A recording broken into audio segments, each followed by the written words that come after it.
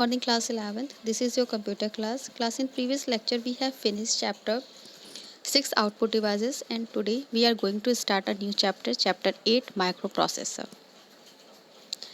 Introduction microprocessor का यहाँ पे इंट्रोडक्शन दिया कि माइक्रोप्रोसेसर क्या होता है. A microprocessor is a semiconductor chip. ये एक सेमीकंडक्टर चिप होती है which is manufactured using the large scale integration, जिसका निर्माण बहुत ही लार्ज स्केल इंटीग्रेशन के लिए किया जाता है. Integration which comprise arithmetic logic unit. Integration क्या होता है, ये कंप्राइजेस करता है arithmetic logic unit, control unit and centre processing unit को fabricated on a single chip, एक ही चिप में.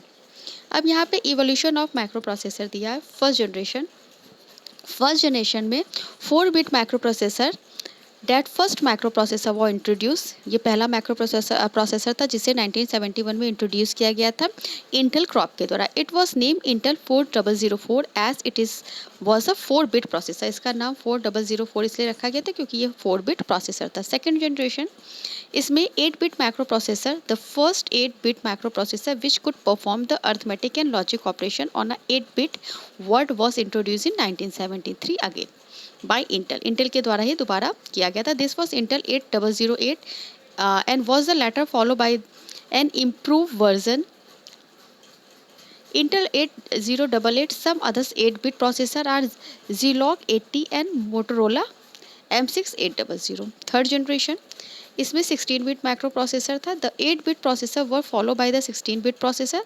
दे are Intel 8086 and 80286. Fourth generation 32-bit microprocessor. The 32-bit microprocessor were introduced by the several companies, but the most popular one is Intel 80386.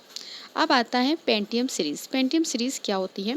Instead of 80586 Intel came out with the new processor namely Pentium processor. Its performance is a closer to RISC performance. Pentium was followed by the Pentium Pro CPU. Pentium Pro allow multiple CPU in a single system in order to achieve multiprocessing. ये क्या करता था? It is the brain of a computer which does all the work. जो कि सभी काम करता था. It is a computer processor that incorporates all the functions of a CPU on a single chip. CPU के सारे फंक्शन को cooperate करता था सिंगल चिप में. A computer large or small can be represented functionally by the block diagram. Block diagram से यहाँ पे इसे शो किया गया है कि CPU कैसे कैसे काम करता है. ये पूरा यहाँ पे इसका ब्लॉक डायग्राम दिया गया है.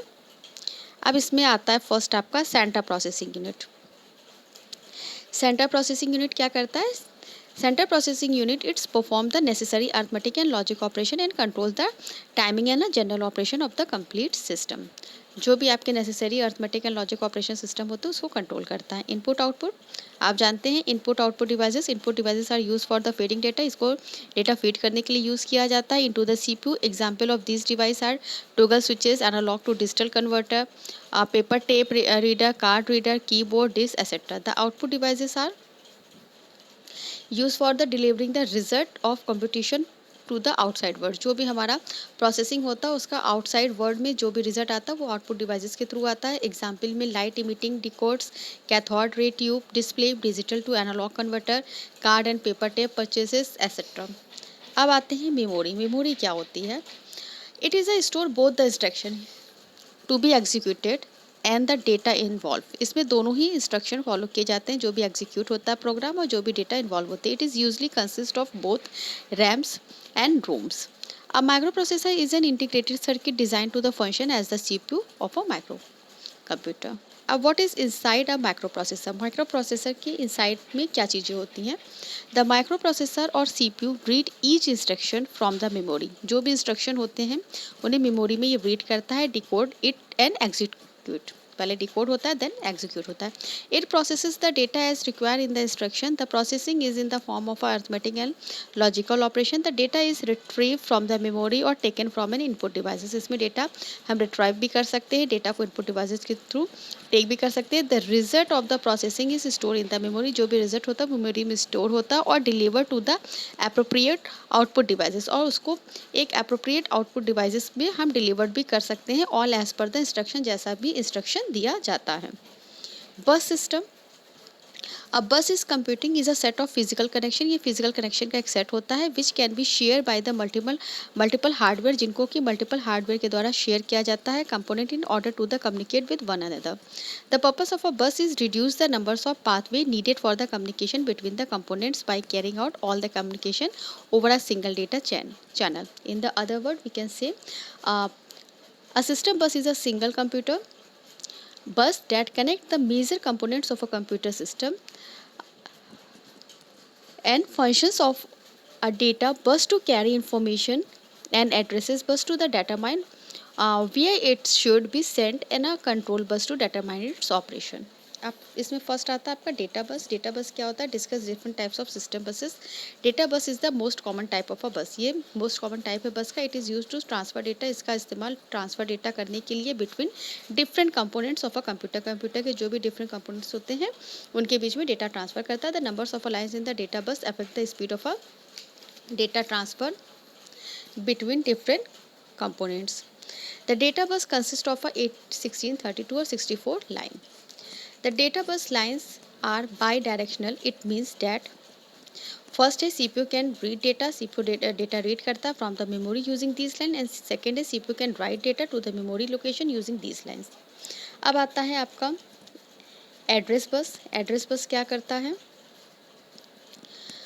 Many components are connected to one and other the buses. बहुत सारे कंपोनेंट्स जो होते हैं वो बसेस में कनेक्टेड होते हैं। Each component is assign a unique ID. हर एक कंपोनेंट्स को एक यूनिक आईडी असाइन की जाती है। This ID is the address of the components. It is a components what communicate with another component. ये जो कंपोनेंट्स होते हैं वो यहाँ अनदर कंपोनेंट्स के साथ कम्युनिकेट करते हैं। It uses address by be specify the address of that component. The address bus unidirectional bus. It can carry information only in a one tier. It carries address of a memory location from microprocessor main memory.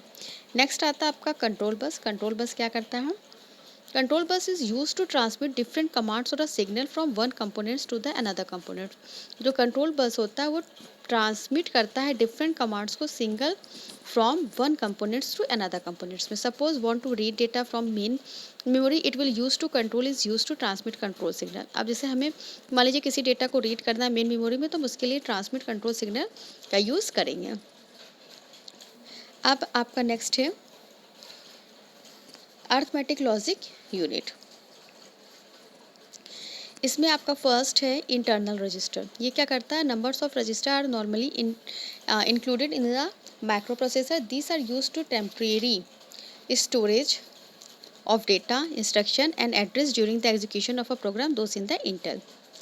Next आता है आपका accumulator. Accumulator क्या करता है? In a computer, हमारे computer में CPU the accumulator is a register in which intermediate arithmetic and logic unit result are store. ये result को स्टोर करता है। मॉडर्न कंप्यूटर में system often have a multiple general purpose के लिए इसका इस्तेमाल किया जाता है। That operate as accumulator to term in the no longer's common as it's once was. General purpose register. General purpose register क्या होता है? There are 6 general purpose 8-bit register होते हैं that can be used by the programmer for a varieties of purpose. अब इसके बाद आपका next आता है इंस्ट्रक्शन रजिस्टर। इंस्ट्रक्शन रजिस्टर क्या करता है? ये 8-bit रजिस्टर स्टोर करता है the next instruction to be executed के लिए। At the proper time the store word is fed to an instruction decoder which the decode it and the supplies appropriate signal to the control unit। एक appropriate signal control unit को supply करता है when the execution has been accomplished। जैसे आपका execution complete हो जाता है, the new word in the instruction register is processed। program counter, this is the 16-bit register which hold the address of the next instruction. ये next instruction के address को देखता है। डेट हैज़ टू बी फेट्स from the main memory and loaded into the instruction register. The program controlling the operation is store in the main memory and instruction are retrieve from this memory normally in the order. Stack pointer. Stack pointer क्या करता है? This is also 16-bit register and it is used by the programmer to maintain a stack in the memory while using the subroutine। अब आता है status register और condition flag. ये क्या होता है? A status register consists of a few flip flops called as the condition flags is used to provide the indication of a creation। अब यहाँ पे 0 है, flag is set, result the instruction, sign है, ये करता है MSB को set करता है, रिजल्ट इज़ 1। इसी तरीके यहाँ पे कई सारे नाम दिए हैं। अब नेक्स्ट आपका आता है वर्किंग प्रोसेसर। वर्किंग प्रोसेसर क्या काम करता है? The CPU perform a sequence of a micro cooperation for each instruction. The sequence for each instruction of the basic computer can be defined into the 4 abstract phases में होता है fetch instruction, decode, fetch, operand and execute. अब इसके साथ ही बच्चों इसका next है आपका इंस्ट्रक्शन फेट्स एंड डिकोड. ये क्या करता है? The instruction fetch and decode phases are the same for all instruction, so the control function and micro operation will be independent of the instruction code. Everything that happen in the phase of a driven entirely by timing variables. Hence, all control input the CPU during the fetch and decode the function of these 3 variables along. अब इसके बाद आपका ये chapter यहीं पे ख़त्म होता है. इसकी ऑब्जेक्टिव टाइप क्वेश्चंस इससे देख लीजिएगा. जो भी इसकी नोट्स बनेंगे वो चैप्टर वाइज बनेगा. नेक्स्ट लेक्चर में आपके साथ चैप्टर 7 जो कि मेमोरी है उसे डिस्कस करेंगे. Okay class, thank you.